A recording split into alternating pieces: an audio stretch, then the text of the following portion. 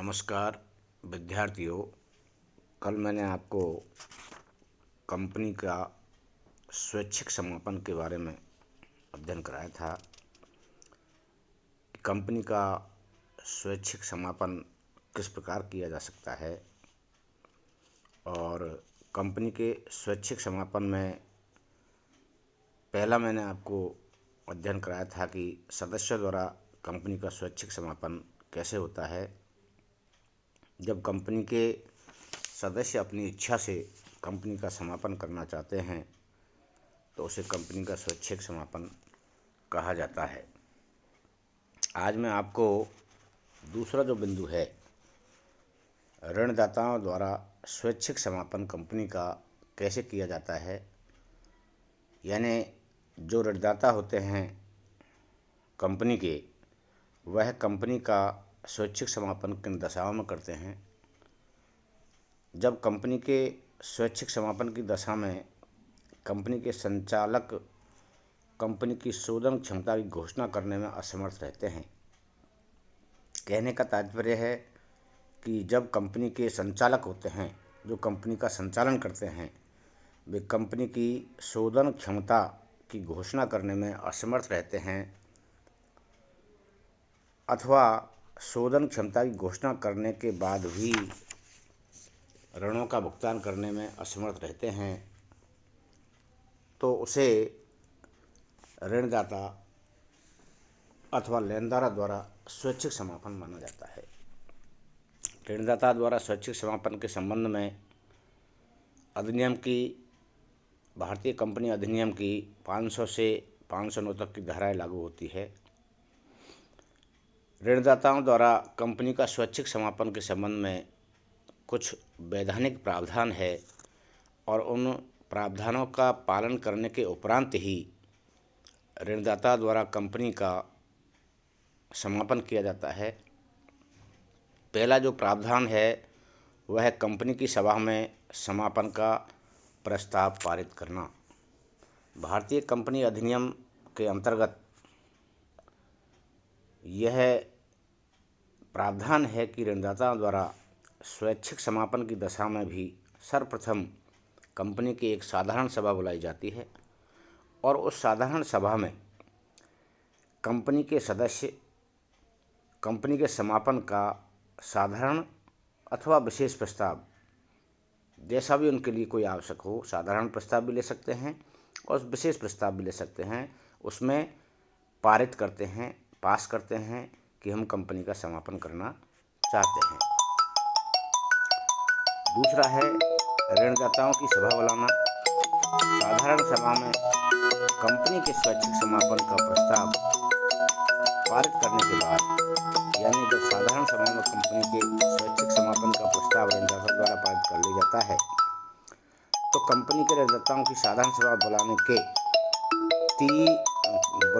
दिन अथवा उसके अगले दिन बुलाई जाती है, ऋणदाताओं की सभा बुलाई जाती है। इस सभा की सूचना सभी ऋणदाताओं को दी जाती है, यानी कंपनी की जो स्वैच्छिक समापन के संबंध में प्रस्ताव पारित कर लिया जाता है, उसके बाद ऋणदाताओं की सभा बुलाई जाती है अगले दिन, और इसकी सूचना सभी ऋणदाताओं को डाक से दी जाती है। यह सूचना भी उसी दिन भेजी जानी चाहिए जिस दिन कंपनी की सभा की सूचना भेजी जाती है। और तीसरा है सूचना का विज्ञापन। कंपनी सभा की सूचना का विज्ञापन देती है।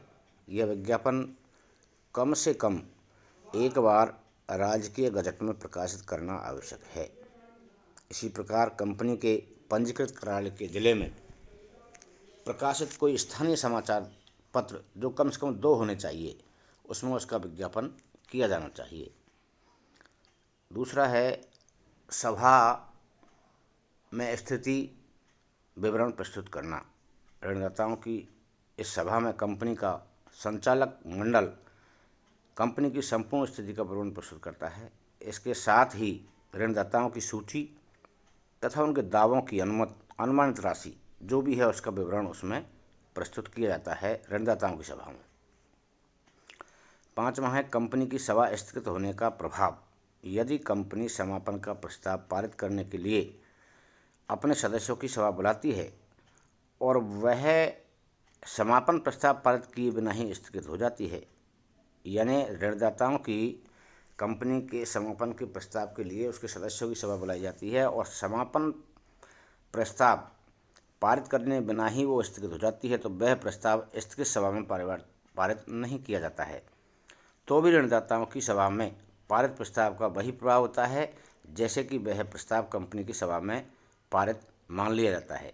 उसके समापन के प्रस्ताव पारित होने के तुरंत बाद पारित किया जाता है। नेक्स्ट है सभा के प्रस्तावों की सूचना रजिस्ट्रार को देना। ऋणदाताओं की सभा में पारित किए गए प्रस्ताव की सूचना रजिस्ट्रार को भी दी जाना आवश्यक है। यह सूचना प्रस्ताव पारित होने के 10 दिनों के भीतर दी जानी आवश्यक है। यदि यह सूचना देने में त्रुटि की जाती है तो कंपनी तथा कंपनी के प्रत्येक अधिकारी को 500 रुपये तक का आर्थिक दंड या जुर्माना भी दिया जा सकता है। इसके बाद नेक्स्ट है निस्तारक की नियुक्ति। कंपनी तथा ऋणदाता अपनी अपनी सभा में निस्तारक मनोनीत कर सकते हैं, किंतु यदि ऋणदाता तथा कंपनी द्वारा मनोनीत व्यक्ति भिन्न भिन्न हो, ऋणदाता तथा कंपनी द्वारा मनोनीत व्यक्ति भिन्न भिन्न हो, तो ऋणदाता द्वारा मनोनीत व्यक्ति ही कंपनी का निस्तारक माना जाता है, क्योंकि ऋणदाता के द्वारा ही कंपनी का समापन किया जा रहा है। यदि ऋणदाता किसी भी व्यक्ति को निस्तारक के रूप में मनोनीत नहीं करते हैं, यदि किसी कारण से ऋणदाता कंपनी किसी भी व्यक्ति को निस्तारक के रूप में मनोनीत नहीं करते हैं, तो कंपनी द्वारा मनोनीत व्यक्ति ही कंपनी का निस्तारक माना जाता है। इसी प्रकार यदि कंपनी भी किसी व्यक्ति को निस्तारक के रूप में मनोनीत नहीं करती है तो ऋणदाताओं द्वारा मनोनीत व्यक्ति ही कंपनी का निस्तारक माना जाता है। इसके बाद नेक्स्ट है निरीक्षण समिति की नियुक्ति। ऋणदाता चाहे तो समापन की कार्रवाई की देखरेख के लिए, यानी जो ऋणदाता है वो ये चाहते हैं कि समापन की कार्रवाई को देखरेख के लिए एक निरीक्षक समिति नियुक्त कर सकते हैं। इस समिति में वे अधिक से अधिक 5 सदस्य रह सकते हैं। इस प्रकार की समिति जो नियुक्त की जाती है वे कंपनी के सदस्य भी इसमें सम्मिलित किए जा सकते हैं। सदस्यों के प्रतिनिधि भी 5 से अधिक नहीं हो सकते हैं। यदि ऋणदाता सदस्यों के प्रतिनिधियों को उपयुक्त नहीं समझते हैं तो वे एक प्रस्ताव पारित करके निरीक्षण समिति में सम्मिलित करने से इनकार भी कर सकते हैं। अगला है निस्तारक का पारिश्रमिक। निस्तारक का पारिश्रमिक निरीक्षण समिति द्वारा निर्धारित किया जाता है। यदि ऐसी समिति की नियुक्ति नहीं की जाती है तो ऋणदाता स्वयं निस्तारक के पारिश्रमिक निर्धारित करते हैं। यह निस्तारक का पारिश्रमिक निरीक्षण समिति तैयार करती है। यदि समिति ऐसी नियुक्ति या पारिश्रमिक तय नहीं करती है तो ऋणदाता स्वयं निस्तारक के पारिश्रमिक को निर्धारित कर सकते हैं। संचालक मंडल के अधिकारों की समाप्ति। निस्तारक की नियुक्ति के बाद संचालक मंडल के अधिकार समाप्त हो जाते हैं। जब निस्तारक की नियुक्ति कर दी जाती है तो संचालक मंडल के जितने भी अधिकार है वो समाप्त हो जाते हैं, किंतु निरीक्षण समिति अथवा ऋणदाता चाहे तो संचालक मंडल के अधिकारों को चालू रख सकते हैं।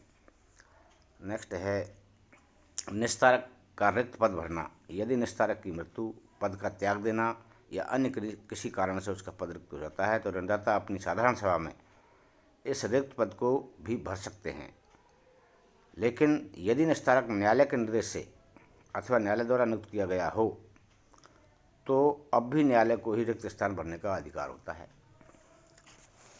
अगला है कंपनी द्वारा ऋणदाताओं की प्रतिवर्ष सभा बुलाना। जब समापन की कार्रवाई 1 वर्ष से अधिक की अवधि के लिए चालू रहती है तो निस्तारक को समापन प्रारंभ होने की तिथि से 1 वर्ष के बाद तथा इसके बाद प्रत्येक वर्ष की समाप्ति पर कंपनी के सदस्यों तथा ऋणदाताओं की सभा बुलानी पड़ती है।